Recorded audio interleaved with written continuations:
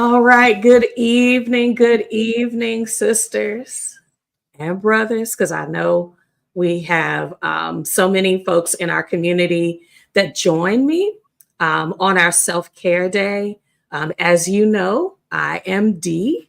On this channel, my husband and I are charting our journey to moving abroad, and we're sharing the different aspects of how we are individually preparing ourselves and how we're preparing as a couple, as parents, as eldest children um, for that travel life, that move abroad.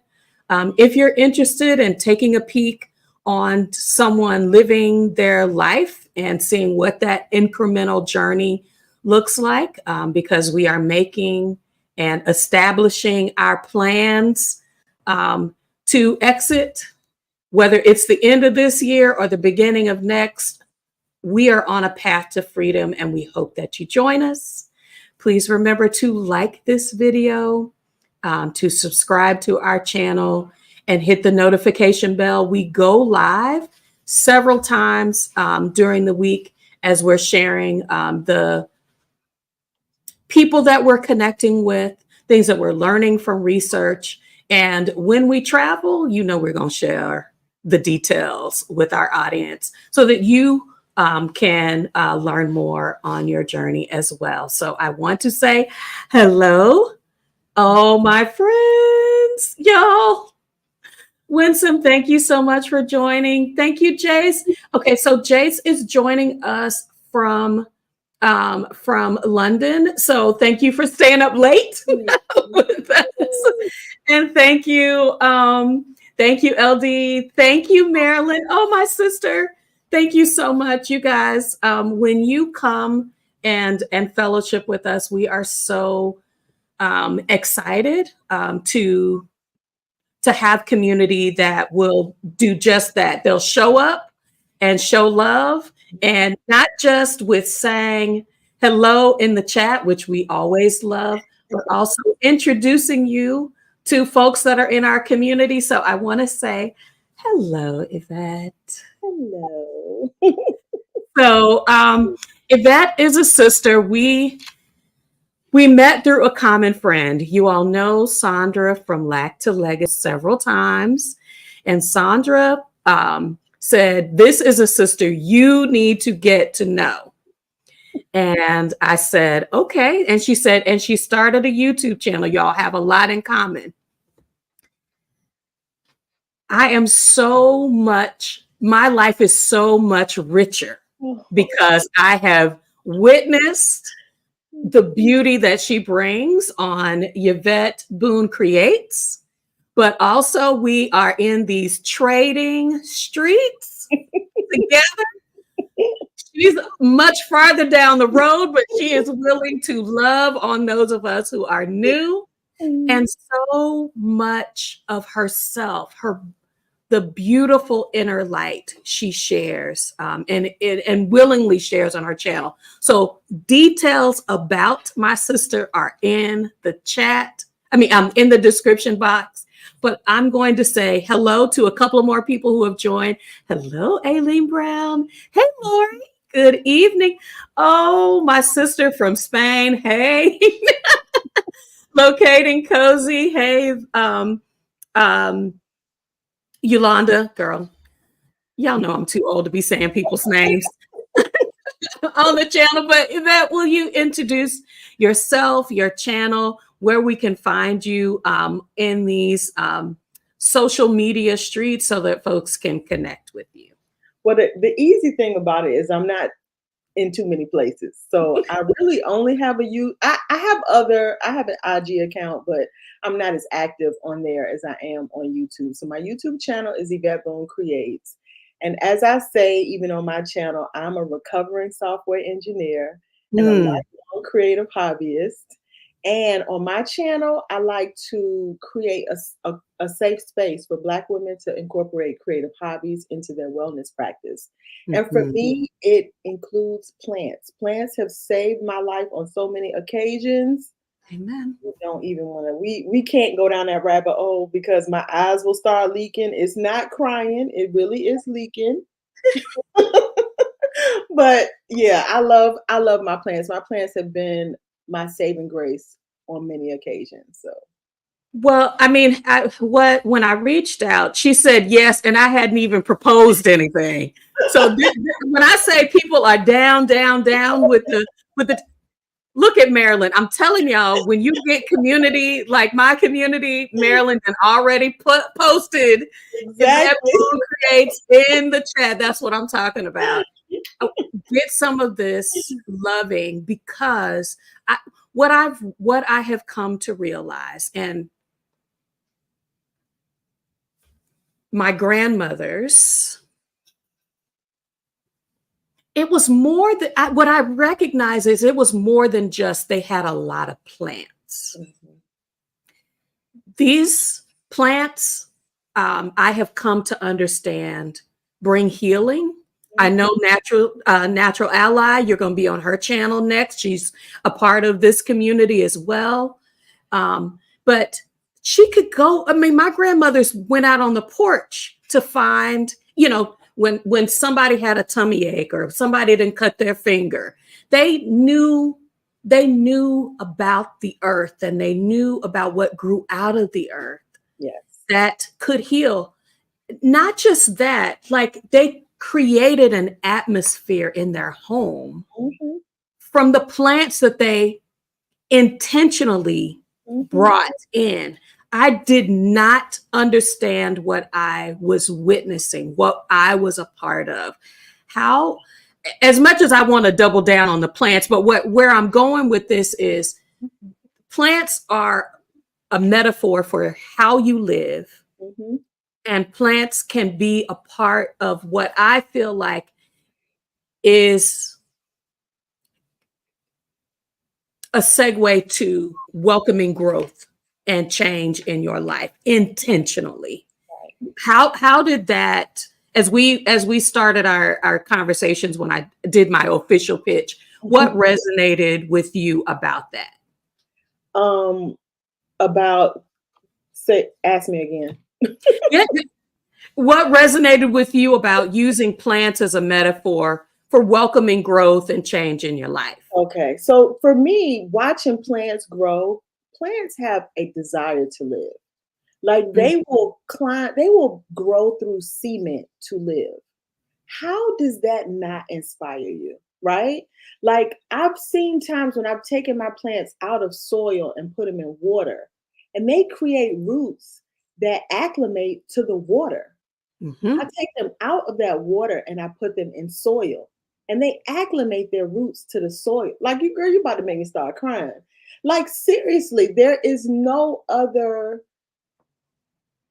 there's not too many things in life that show you better than they can tell you. They can't communicate with me other than by just being true to themselves. And I'm looking over because my plants are over here on the shelf. Yes, yes. And I'm like, give me strength, y'all.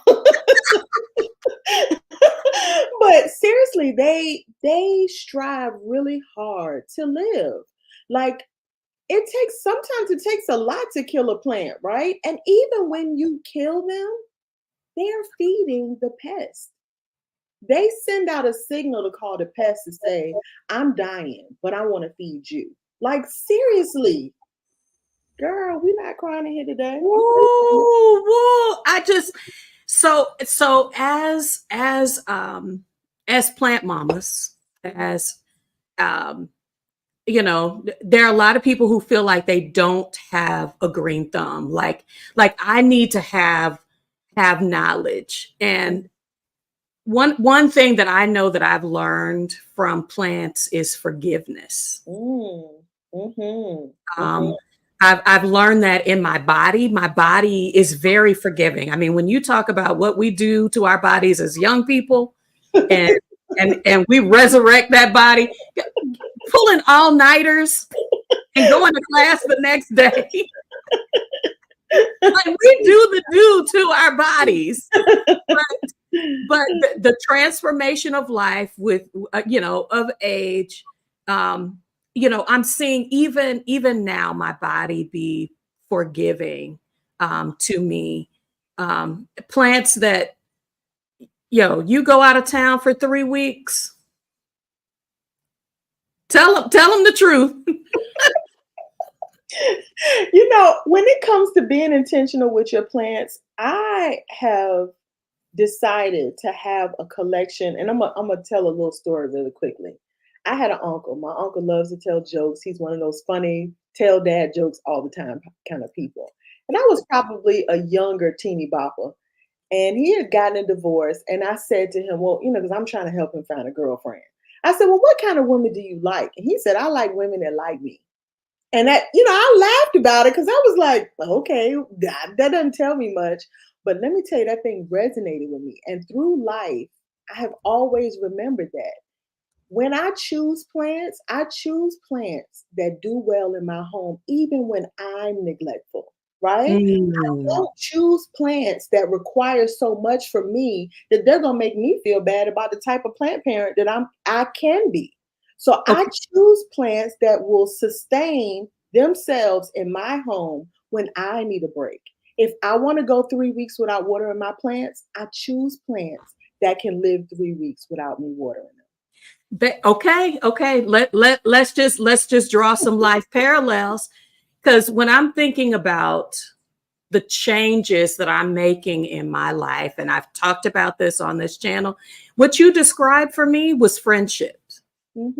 Hmm. I Hmm. need friends that are okay where we not talking every day, we not texting Exactly. all day, we not going to, every time I look up, we hang. I have seasons Hmm. as an introvert where Hmm.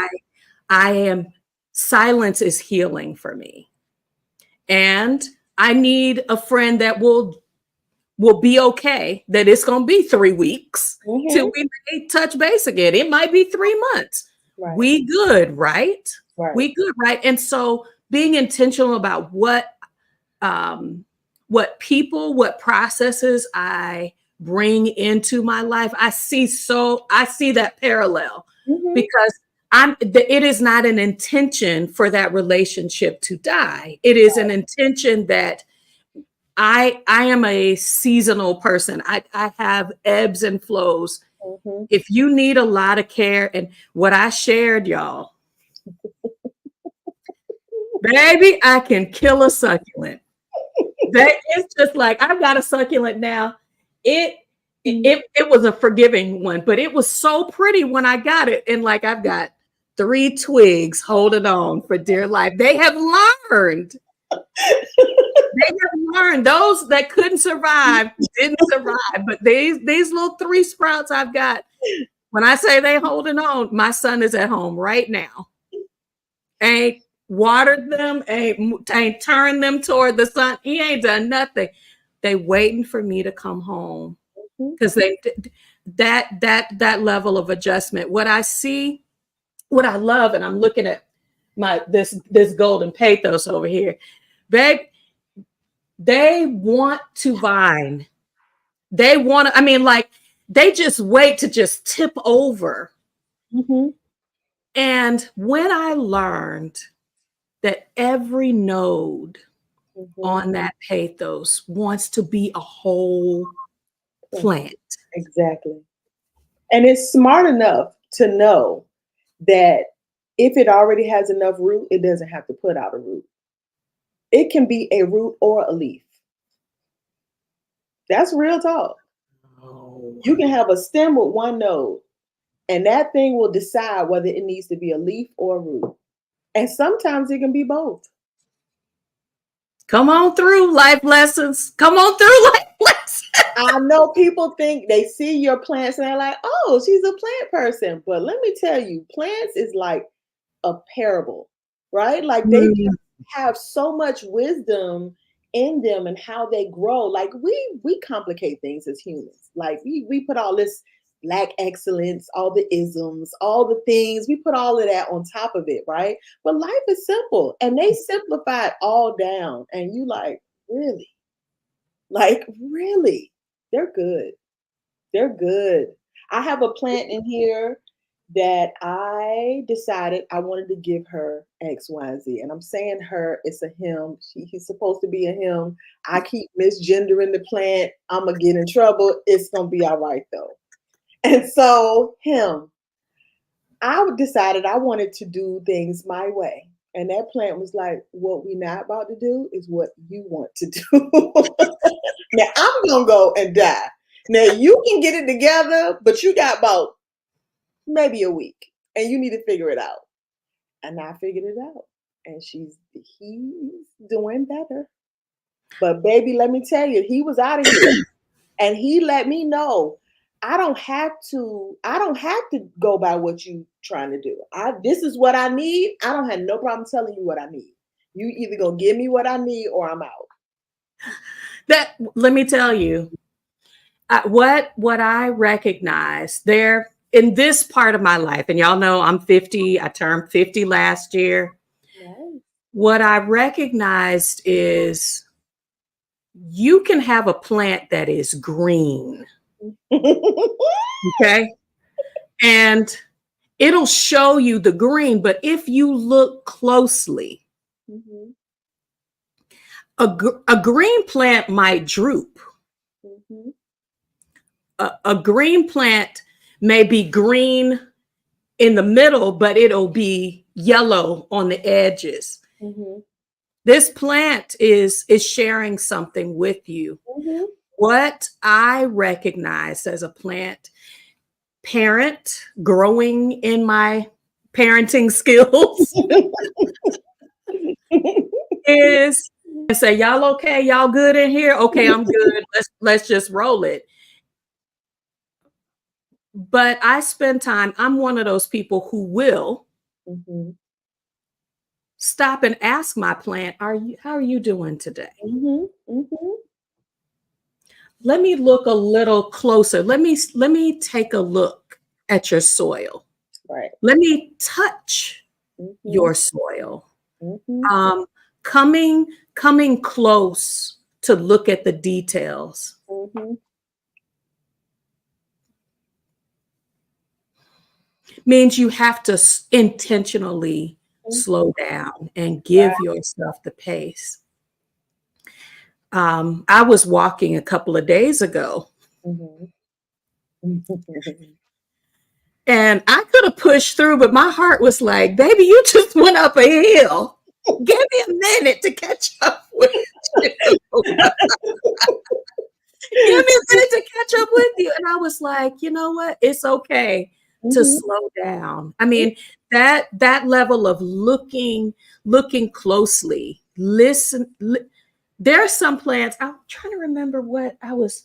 It must have been rhubarb. There's a way you can grow rhubarb in the dark. And what they said was you can hear it accelerates the growth and you could literally hear it growing. I'll send, I'll try to post Mm. what I saw Okay. on that because I had to go to what do you call that? I did my Googles because I was like, okay, everything that's published ain't true. But yeah, I mean, I was just like, look at can can you get quiet enough Mhm, to feel your heartbeat? mhm. How have plants helped you to slow your pace to pay attention? I can Or tell been a you, metaphor for your life? I had an example today. So we talked about our trading just for a smidge. So today wasn't a great day for me. I was in my feelings. And what I remember, this is something that I used to do when I was working in the office, and my father was dying, and I couldn't get to him because we found out my dad had Alzheimer's in January of 2020. So you can only imagine what happened after that, right? Mhm. My dad lived in New York, so it was really hard for me to get to him. And so for months, we literally lived a nightmare until he passed away in 22 of November. My plants then and now has been the comma in my life. Whenever things are going bananas and I need to pause, I Mercy. go and I look at my plants. I can see babies coming up. I can see roots growing in the pot. I can see leaves unfurling. And I keep looking over there. I should probably just bring some plants over here. But um so for me, it has always served as that. So today, when I was having a crazy day, I was in my feelings and I'm trying to convince myself to get back in another trade. I get up, I turn around, and the first thing I see is a plant with two leaves growing up like this, hands going straight up in the air. And I'm thinking, and I'm looking, and it was just enough a distraction for me to be like, let me pay attention to this. Let me stop for a minute and just be grateful. And, just to kind of get myself a minute to just pause. And by the time I finish, now I'm hooked and I want to see every little, propagation. What's going on? What's going on? And before I know it, I no longer want to get in another trade. I'm willing to take a break from it and walk away from it, shut it down. Mm. And I'm like, now I want to look at the rest of my plants. And before I'm 45 minutes in, I ain't thought nothing about a trade. My nerves have calmed all the way down. And it reminded me of that time when my dad was going through, how my plants were that moment where I can shut the world out for a minute and just Yes. come to a place where I can get some relief and some thoughts about what I want to do next. So Mhm. when I say saved my life on several occasions, now I done killed a many a plant. Okay. I, Okay, true confessions, true confessions. if I think I definitely done killed more than I have kept alive. I'll say that much. I have killed a lot of plants. Um, but one thing I do realize is that, me killing a plant is not killing plants, right? They grow outside, they come back, they can regenerate. Even me killing a plant, throwing the plant away, if there's anything alive left in that plant, it's going to do what it needs to do. Okay. Yes. So I'm Baby, this even collard green, my collard greens, I said, okay, it's the end of the season. I'm just going to leave them out here in the dirt in the wintertime. Baby, next year they came back. okay. I had those spring collards are just a beautiful thing. I Okay. want to say thank you to um, Child Free Mimi, to Elle. They both and I are sharing our condolences on the loss of your father. When you said comma, even the ritual of watering my plants, checking for insects, Mm-hmm. and you've talked about plants bring their pest with them Mm-hmm. on your channel before. Just looking at how is it changing, because even something as simple as I'm noticing that it's leaning toward the sunlight Mm-hmm. may mean I need to turn it. When you can pay attention, create the habit of looking, at the plant at a micro level, looking at your life at a macro level. I'm not a Mm-hmm. I'm not a failure. I've had learning lessons. I don't even call them failures along the way, but I've had learning lessons along the way. When Mm-hmm. I stand back and I look, as a whole, I didn't kept this plant alive. We're gonna learn how to take care of it better so it can grow.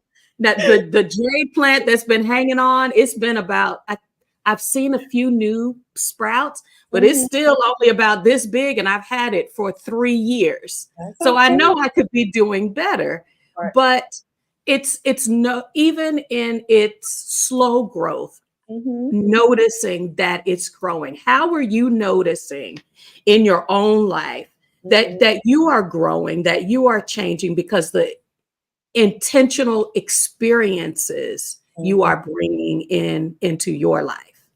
Um, well, I think we did mention that I'm on sabbatical right now. I'm not fully retired, and that's because, my family still thinks I need a job, but I refuse to.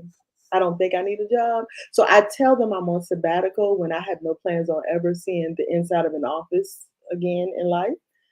Um, so, and I just lost my train of thought just that quick.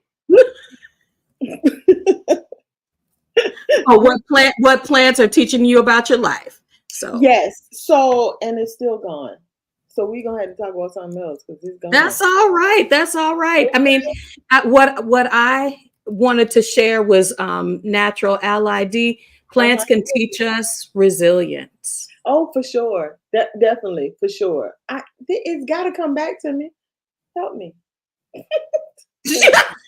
It'll come back to me. When they come back to me, I might interrupt you, but No. Hey, I do not mind. I do not mind.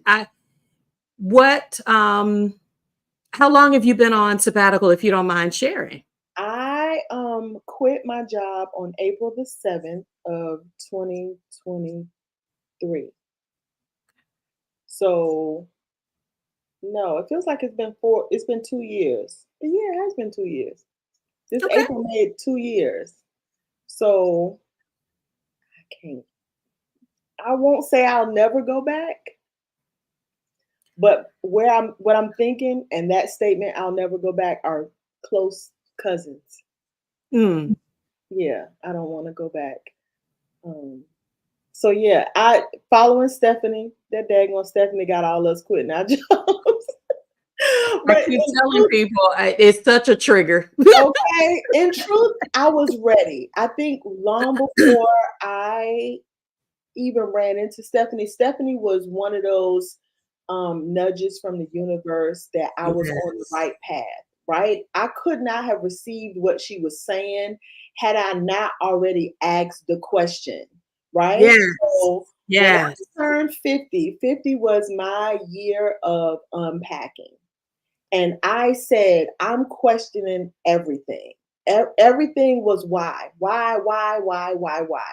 And because I needed to know what the source was, because I felt like it was so much going on in my life that I don't know how I got here. So I'm like, okay, the question is why. And then, so I had a 14-year job or a job that I had been on for 14 years, and I decided to leave. And I don't regret leaving about at all. But what it did was it put me in an environment that was truly uncomfortable. And Mm. sometimes that discomfort feels like, oh, this must be the wrong place. But it was the right place for me to open up every wound and to clean all of it out. Like it was Woo. definite time for all of it. I was so uncomfortable in everything that I had no choice but to say, you know what? I'm not doing this. I had never given myself permission to do that before, right? Mm-hmm. Um, Mm-hmm. I, was a teen mom. By the time I was 21, I had two kids. And so I know a lot of young people these days don't know the shame that was associated with having a kid out of wedlock. Mm-hmm. But in the late 80s, that was not a thing. That was not cool. Okay. And Yeah. so I walked around with that shame of being a single parent, of being a teen mom. And I was told on several occasions, I'm a statistic. You ain't gonna never be able to do X, Y, and Z. You know, dreams I had in my head, it was like, girl, that's not gonna happen for you. And so for me, it was a matter of pushing past all of that. So going forward, because then there's a whole life in between having two kids at 21 and getting a degree and actually Mm-hmm. working in the job force. I'm on this job, and everything about where I am, what I'm doing, feels foreign. The job, Mm-hmm. the field I chose was so that I could feed my babies. I never wanted my babies to have to figure out how we were going to keep the lights on. I never wanted my babies to know that they needed to help me pay my bills, any of that stuff, right? So I created this life for my kids, and every decision I made was built on creating a life for them because the motivation was that shame that I had been given at 21, right? Mm-hmm. And so now I'm in this job I chose because it made a lot of money. I took this Meyer-Briggs test, ooh la la, Yep. right? And I took the test knowing which jobs made the money. I needed to answer these questions so that this could be a match. So I could Uh-huh. justify in my head why I needed to have this job that started me off at $65,000 a year back in, 2000. So I chose this field. I chose this job. I chose this path. I chose a degree that I was barely interested in because it made the money, right? Even though I might have had because even looking back, it was a match. It was a match. Anybody who knows me longer than 10 minutes knows that I'm an engineer in my head, right? Everything I do, I unpack, undo, look at it, reverse engineer it. I'm asking Yes. a million questions because that is Yes. I and I am her. And so engineer fits, but because of the reason that I chose it, it didn't feel natural. Now, Hmm. I have other talents, I have other interests, but that was what was going to make the money. So I'm in this job. I'm not feeling the job. I'm not feeling everything about the job. But I never gave myself permission to ask what I wanted. It has never been about what I wanted. It was Mm. always about making sure that my babies was straight, right? From day one. That's always been my mission. And so, because I had to be the super good parent, because I'm a statistic, right? And so at this time, I decided, I'm not happy. I don't know what happiness is, but I don't think this is it. Mhm. It's not you like they say, you'll know it when you see it. I was like, well, I ain't never met it. I don't know how I'm gonna know it, but I know what this is, and this don't feel like happiness, right?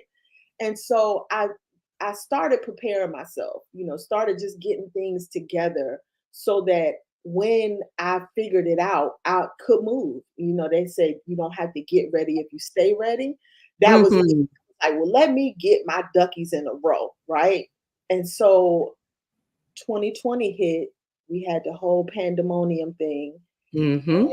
all these images and things were coming out, and the lies and the unpacking was starting to unravel, and Right. it became a point where I couldn't unsee what I've seen. I can remember clearly sitting in bed one day because we working from home.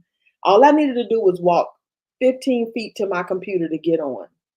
There was a commercial of a little boy holding up a sign saying, "Please don't kill me." He had to been about 11, which is about the same age as my grandson. And I just remember thinking, what world do we live in Mhm. where a little boy doesn't feel safe in his own country?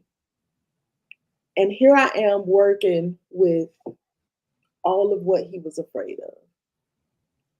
And I couldn't do it no more. I was done. I mean, uh, it was just so much going on, and I couldn't convince myself to code switch anymore. I couldn't convince myself that I was okay. I couldn't convince myself that going to work in a space that was insensitive to who I was and how everything around me was affecting me, not just me, but every Black person. I can Yes. remember having Juneteenth, and we sign on for the meeting, and they're saying Happy Friday. And I'm saying, we got a whole holiday, and y'all just not going to acknowledge that it's a holiday. You going to say Happy Friday? I remember that day distinctly. And I remember everybody said what they said. The cameras was on, and I just clicked mine off because I was done. At this point, I'm like, I'm over it.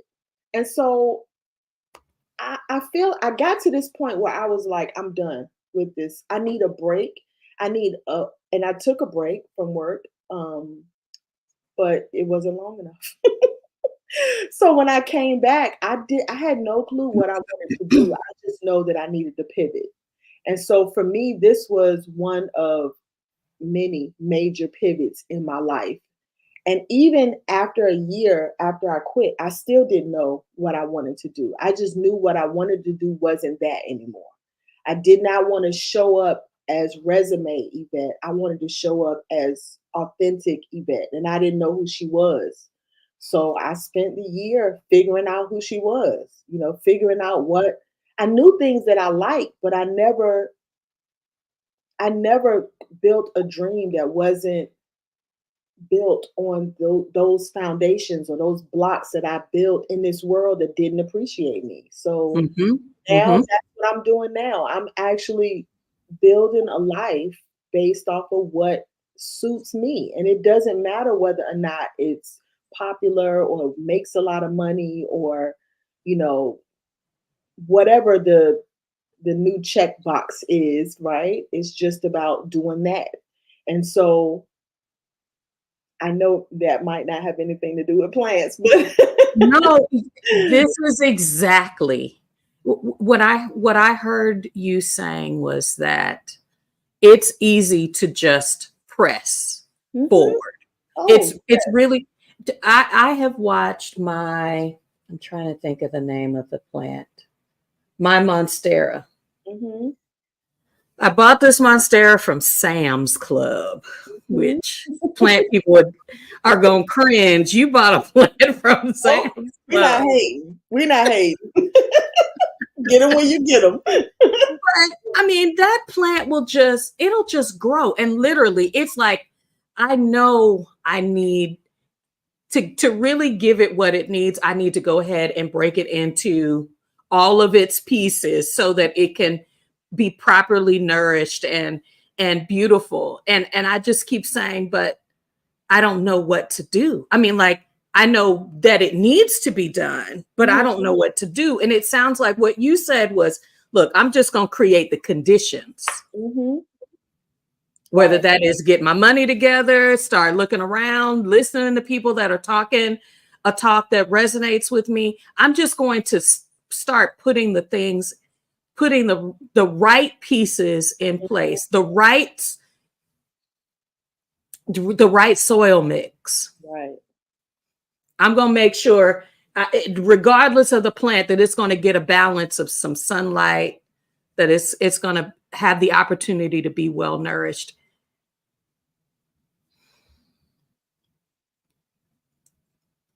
I'm pretty sure it wasn't perfect when you started because it sounded like you had a little bit of family friction and a Ah, little bit of friction inside because you're just like, this may make sense, but mhm, I don't know how to make it make sense. mhm. Yeah, no, it definitely was not it's still not perfect, right? There are still some of my family members that think I'm working. So, but it keeps them from calling me during the day, right? I don't correct them. But no, it was not perfect. I think what I came to the conclusion was that I just needed to show up and I needed to trust the universe enough to show up and Mhm. then let it do what it's gonna do. And I'm pulling my hands back because I tried my way. And I was able to, and this is the thing we don't talk about when we get to Black excellence. Black excellence is bad, but some of us, we moved up, we got some things done with that Black excellence. That Black excellence was a true motivator, right? Mhm. But Mhm. the thing is that all of it was built for me on shame. Even if I did a lot with it, it was built with shame. And so what I found is that all of that foundation that I built, all of that I built up, doesn't feel great to me. So Mm. I'm willing at this point, I might look up and I might be able to use everything, but I'm willing to throw all of it away because what I need to build it on is my worth and my enoughness and my value instead of valuing myself because of what I can bring to the table. I can value myself as who I already am. I'm spending the rest of my life remembering who I was meant to be, not who I wanted to be. I was already somebody when I came here, right? Why is it that now I need to be something different? Why do I need to have these letters behind my name, in front of my name, beside my name, when my name was enough for me when I got here? Come on now. So at Preach this it. point, that's where I'm going with that, right? So no, it wasn't perfect. It's still not perfect, And the thing that I love about the imperfection is that the imperfection is what makes it beautiful. If I can look at my life and it's jacked up as it is, or whatever is going on with it, and I can still find value in it, give me that any day than pure perfection. You not single, but I am. These men where they look good on the outside, and then you like, what in the whole world is going on with this? No, give me that ugly fugly one who done figured out how to be. He done figured out how to be confident, even with that cul-de-sac on his head. You know what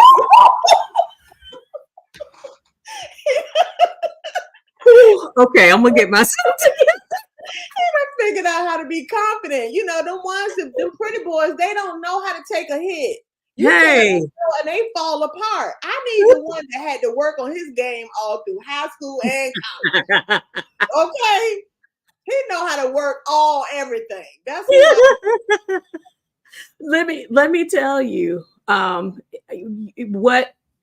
what I heard you saying a minute ago was I had the bells and whistles, the things that outwardly looked like I had the ideal life. Mhm. I was willing to peel all of that back, or as Stephanie says, burn it to the ground, blow it up, Blow up my life, exactly. so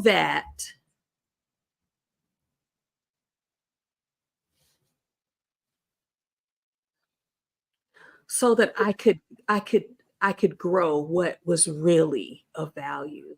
Right. Um, Another plant metaphor. I'm scared to grow stuff from seed. Mm. I'm afraid of growing stuff from seed. Mhm. So here are some life lessons I've learned. Okay, so in my fear of if I plant it, Mhm. it's gonna die. So I need to put, even though the package says put one seed per, and I'm talking about the first example was collards.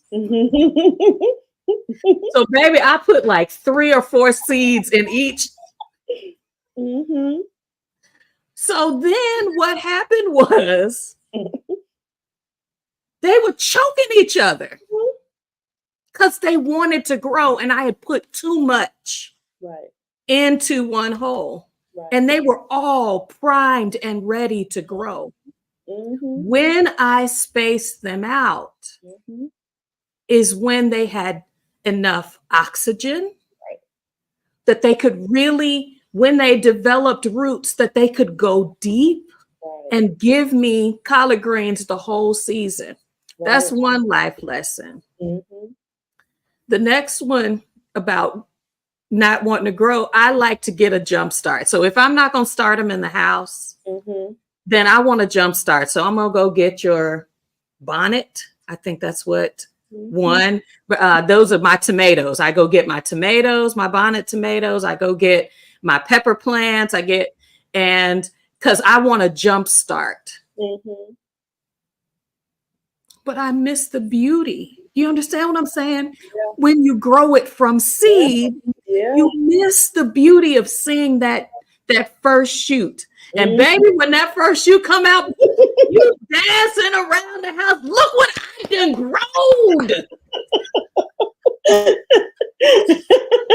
Plus all the confidence that you get. Through a shoot. Exactly. Baby. All that confidence you get from starting from scratch. I think the part that we're afraid of is the part that we need to look at the most, right? I hear people all the time on my channel talking about they're scared to propagate their plants.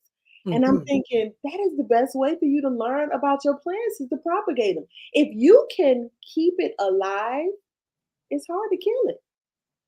It's really hard to kill it. So if you can grow from seed, which means that now you done removed everybody else out of the circle because you Mhm. don't grew it, it does seeded, you can collect your own seeds and now you can grow from seed.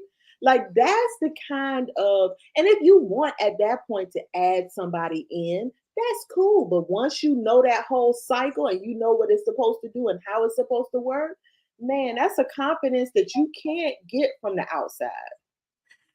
Very, very true. I mean, you miss the little incremental details. There's a sister that is in Washington D.C. I was supposed to have captured her name off Instagram. Like I can't get enough of her content. She was showing.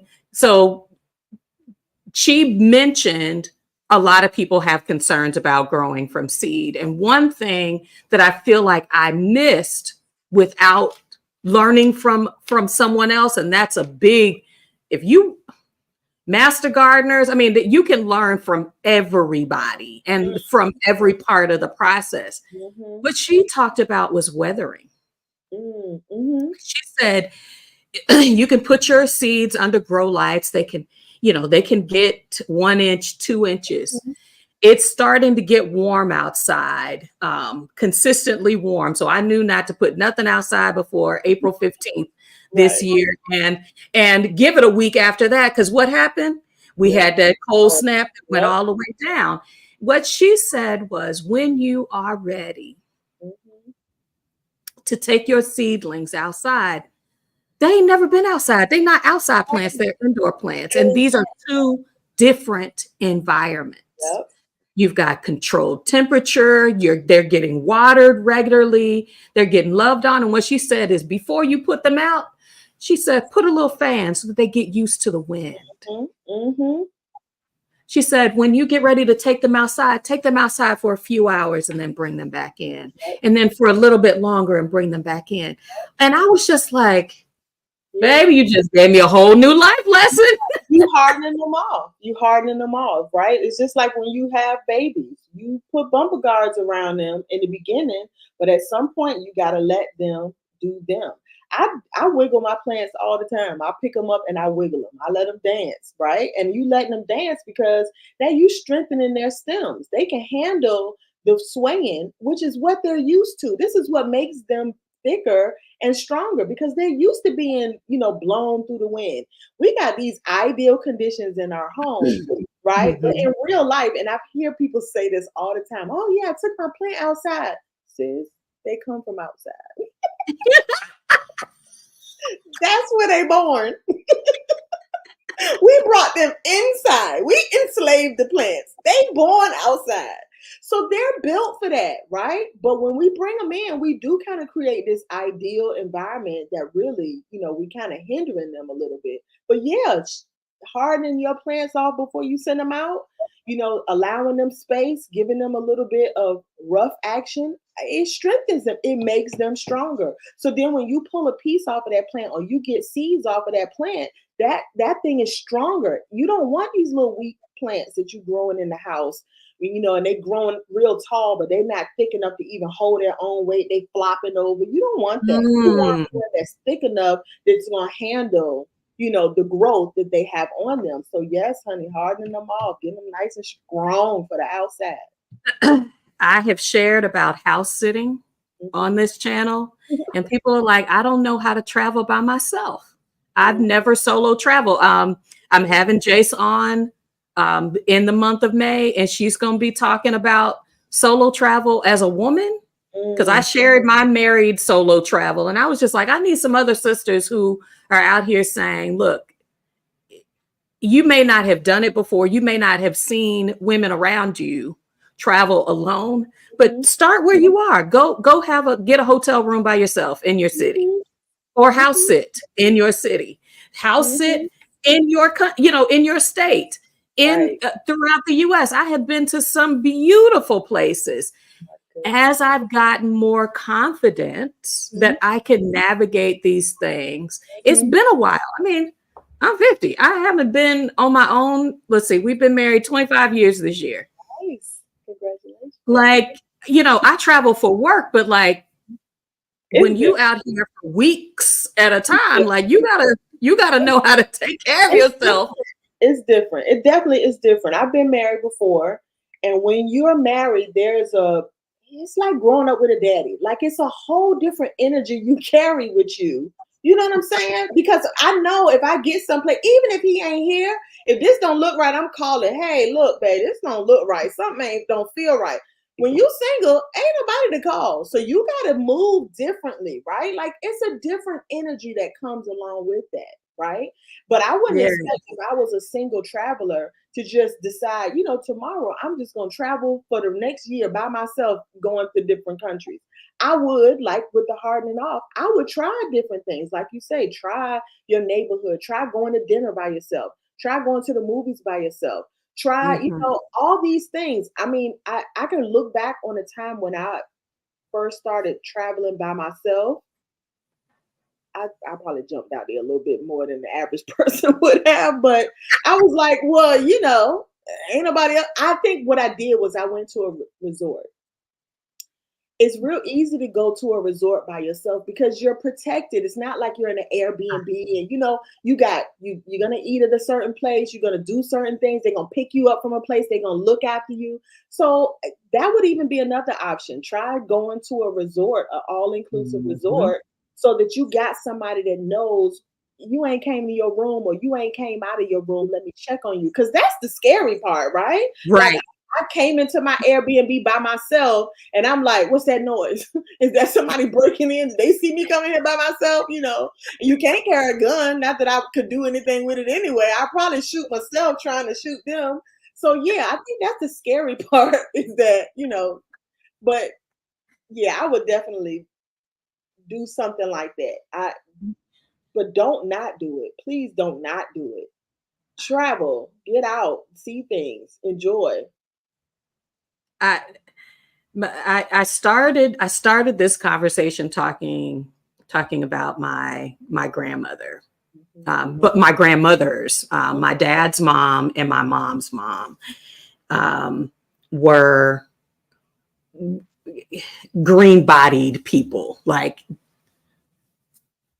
we could not let my grandmother go to the botanical gardens. I can say this now. She would come home with clippings. Y'all, what? Yes. Don't do that. But she could grow stuff. I mean, like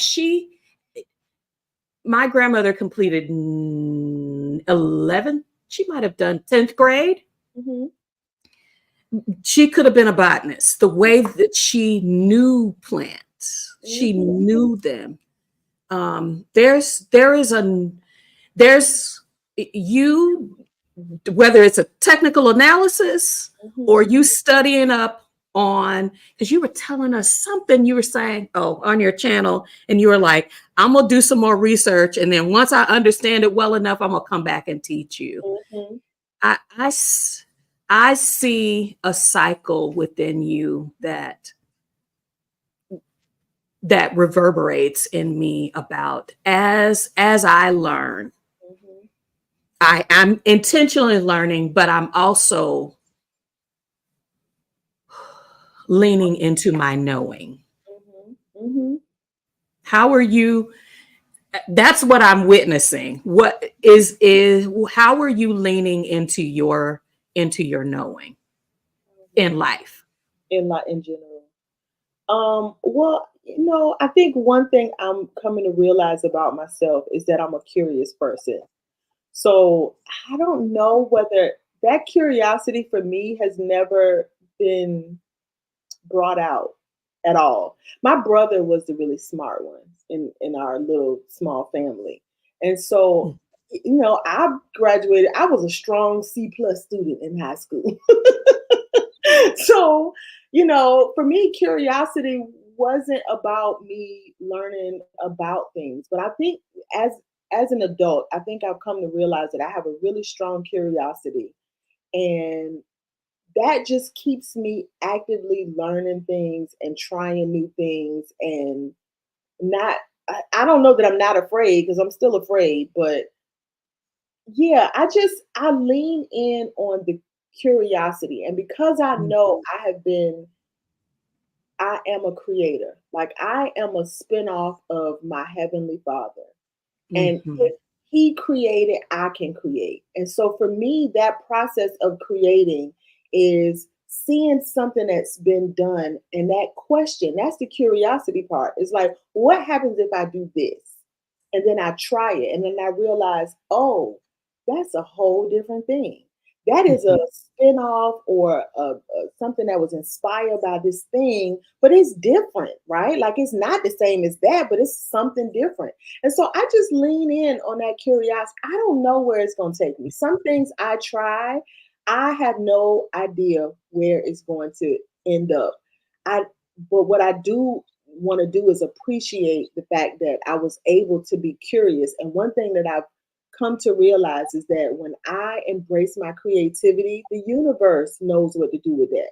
And Mhm. things come to me. This is why when you asked me to be on your I instantly said yes because I literally said to the universe, I need to do a live. I know I need to do a live, but I'm afraid. Sandra had asked me to do a live, and I was like, girl, I'm not ready. And then you said it, and then Danny's, and so I'm just like, it must be it, right? When I tell you skirt, like skirt is not the word.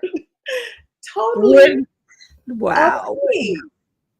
But I'm like, well, what's the worst that can happen? I get up there and say something crazy, and I just start laughing because I'm silly like that. This is completely a conversation that I didn't even understand the power of what I feel like we've brought together Hmm. today. What we have stood as witnesses is nature is a beautiful teacher. Oh, yes. Um, you've said something over and over again in our conversation that you can't kill a plant, and I the lesson that I learned that I shared with you as we were preparing to come on is I thought I got a plant for Mother's Day. My husband gave me, he knows my favorite flower is hydrangea. I had it at our wedding. Like I was goo goo gaga over my grandmother's beautiful Mhm. hydrangeas growing up. Like she was like, girl, if you touch my plant one more time, them bushes one more time. Um, and I thought I had killed it. We moved, and just in the flurry of that, it literally like the leaves came off. It was just twigs Mhm. and dead stuff all over it. Mhm. And the knowing part of me said, remove, remove the leaves and the flowers. Remove everything that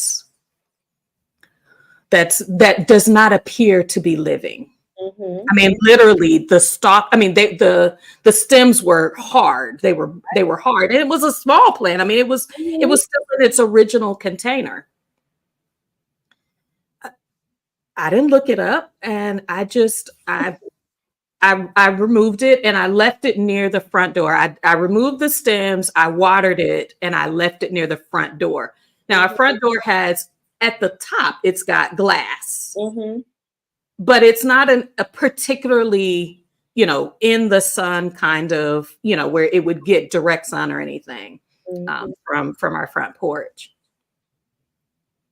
I passed it for a week or so, Mhm. and something said, "Look closer, y'all." I did not kill it. No. There were little green buds Absolutely. all over from where I had removed it. And what I realized is the Mhm. outside can look like it's dead.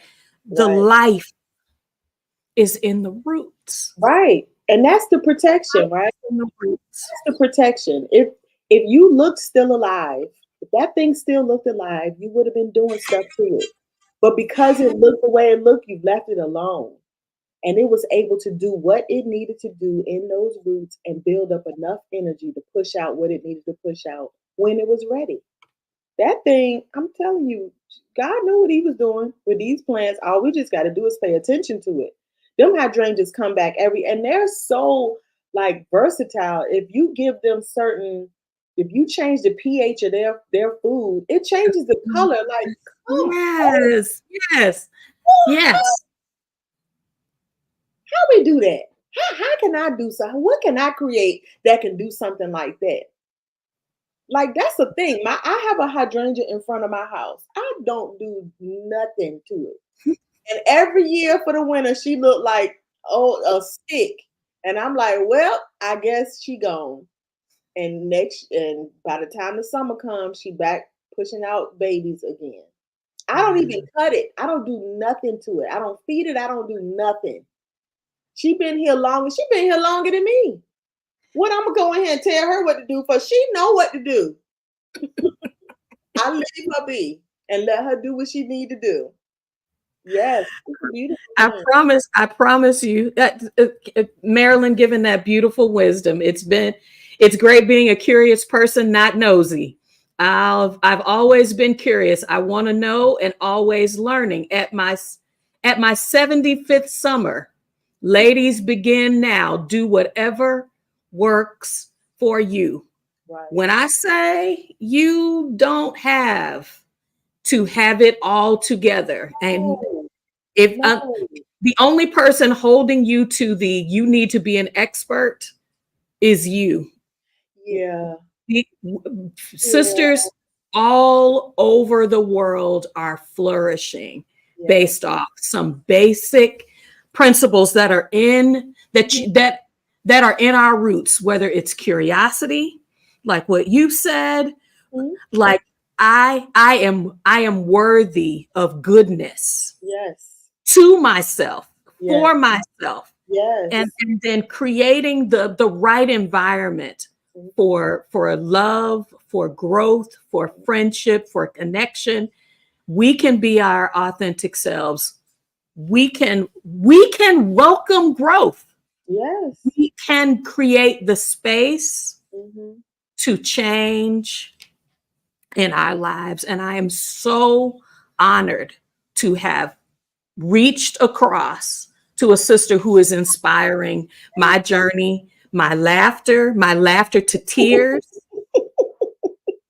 Girl, I'm gonna take you to each extreme now. We're gonna go from one end to the next. We're gonna be crying and laughing all in the same sentence.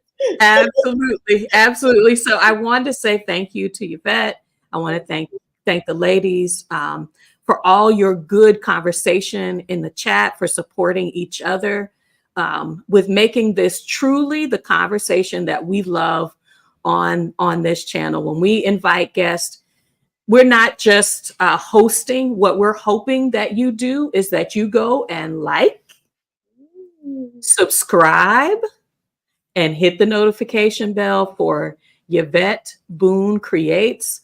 Marilyn has put a link to Yvette's channel here, and I've put it in the description. This is a beautiful space that you've allowed us to create and nurture, the folks that have joined us live and those who will join us in the replay. Tell us again where we can find you on the socials. Yvette Boone Creates. We're not even gonna talk about IG because I'm not up there, but I'm definitely in the YouTube world. And if you comment, I'm commenting back. Trust and believe. I live for it. Okay, my community is absolutely amazing. They are the sweetest people in the world.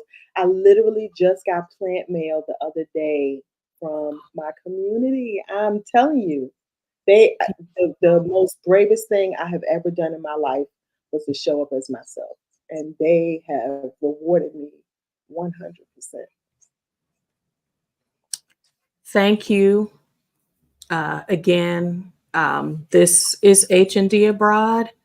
It's our self-care day, and I hope that you are caring for your heart, for your mind, for your spirit in whatever way is authentic to you. Goodbye for now.